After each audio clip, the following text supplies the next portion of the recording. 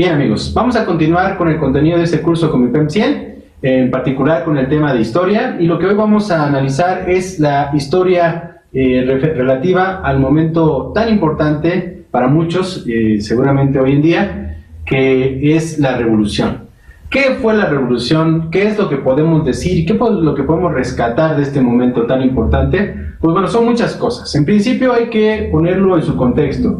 ¿Qué pasa con la revolución? Lo que pasaba es que ya había una persona que estaba al frente del poder desde hacía muchos años, Porfirio Díaz, y que generó un gran descontento en muchos sectores de la población. En particular, algunos sectores del norte que empezaron a organizarse y un poco encabezados por Francisco I. Madero, hicieron, en algún sentido, que Porfirio Díaz tuviera que dar algunos como pasos en falso. ¿Cuáles fueron sus pasos en falso? En principio, en 1908 promete que no se va a volver a presentar a la presidencia. Se vuelve a presentar a la presidencia en 1910 a elecciones y compite contra Francisco I. Madero, que en plena campaña es aprehendido por órdenes de Porfirio Díaz en San Luis Potosí, y a partir de ese momento Madero se da cuenta que la vía electoral no iba a ser la que iban a poder ellos seguir para poder sustituir a Porfirio Díaz en el poder, y entonces lanza un manifiesto que le llamó Plan de San Luis, un poco en referencia al lugar donde fue aprehendido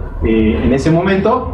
Y ese Plan de San Luis llama a rebelarse en armas para el 20 de noviembre de 1910, cosa que ocurrió en algunas partes y en otras desafortunadamente no pasó a mayores como tal ese llamado. Pero lo que sí pasó es que fue cada vez creciendo el descontento y empezó a haber una mayor movilización, hasta que en 1911 Porfirio Díaz, al ver que ya esto había crecido demasiado, renuncia a la presidencia de la República a través de una carta que, por cierto, es un documento muy bonito que les recomiendo que ustedes puedan leer, en donde el 25 de mayo anuncia que va a dejar de ser presidente, un poco por sentimientos ahí que manifiesta hacia el país, que quiere, etcétera, etcétera. Es algo que vale la pena estar leyendo.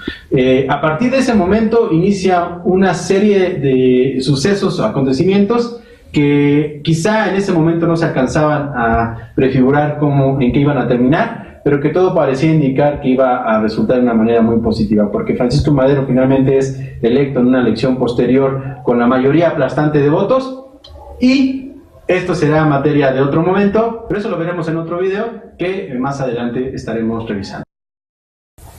Hola amigos, vamos a continuar con lo que habíamos empezado a platicar sobre la revolución. Nos quedamos en el anterior video, si ustedes recordarán, con la elección de Madero. Madero es electo por votos de una manera abrumadora y todo parecía indicar que la revolución iba a ser un proceso terso, relativamente sencillo. Porfirio Díaz ya había huido del país y Madero había sido electo. Pero ¿qué pasa en esos 2 años que pudo estar Madero como presidente, de 1911 a 1913? Lo que pasa es de que siempre tuvo una gran oposición, que las personas que lo apoyaron empezaron a sentirse defraudadas, empezando por Emiliano Zapata, que inmediatamente, de manera casi inmediata, se le subleva a Madero y se le pone en contra, pero también poderes muy importantes como por ejemplo los poderes que representaban Estados Unidos. El embajador en Estados Unidos, que en ese momento estaba aquí en México, fue una de las personas que más estuvo maniobrando contra Madero, algo que desafortunadamente llevó a que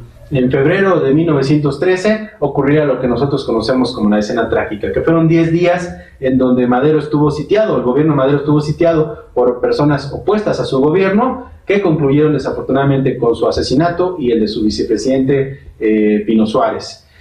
A partir de ese momento y con el ascenso de Victoriano Huerta al poder, inicia una de las etapas más sangrientas, más dolorosas para la historia de nuestro país, que fue la lucha armada propiamente dicha como revolucionaria, ¿verdad? Del momento en el que es asesinado Madero, asciende Huerta y se le rebelan muchas personas, empezando por Venustiano Carranza en Coahuila. A partir de ese instante se dan una serie de acontecimientos, de luchas entre los caudillos, entre las personas que estaban empujando ese proceso revolucionario, y que concluyeron posteriormente con el asesinato también en su momento de Venustiano Carranza, y al final la ascensión al poder de Álvaro Obregón, que fue el gran triunfador de la Revolución Mexicana y que habría de fungir como presidente a partir de 1920 hasta 1924. Eso lo van a poder ver obviamente ustedes en su material. Está el contenido tanto de todo el acontecimiento de la revolución, por sus etapas, sus distintas etapas, y las luchas que hubo entre los caudillos de la Revolución Mexicana. Lo van a poder ver en su material, pero eso obviamente será materia del estudio que ustedes tendrán que hacer, y con eso estaríamos concluyendo esta breve exposición.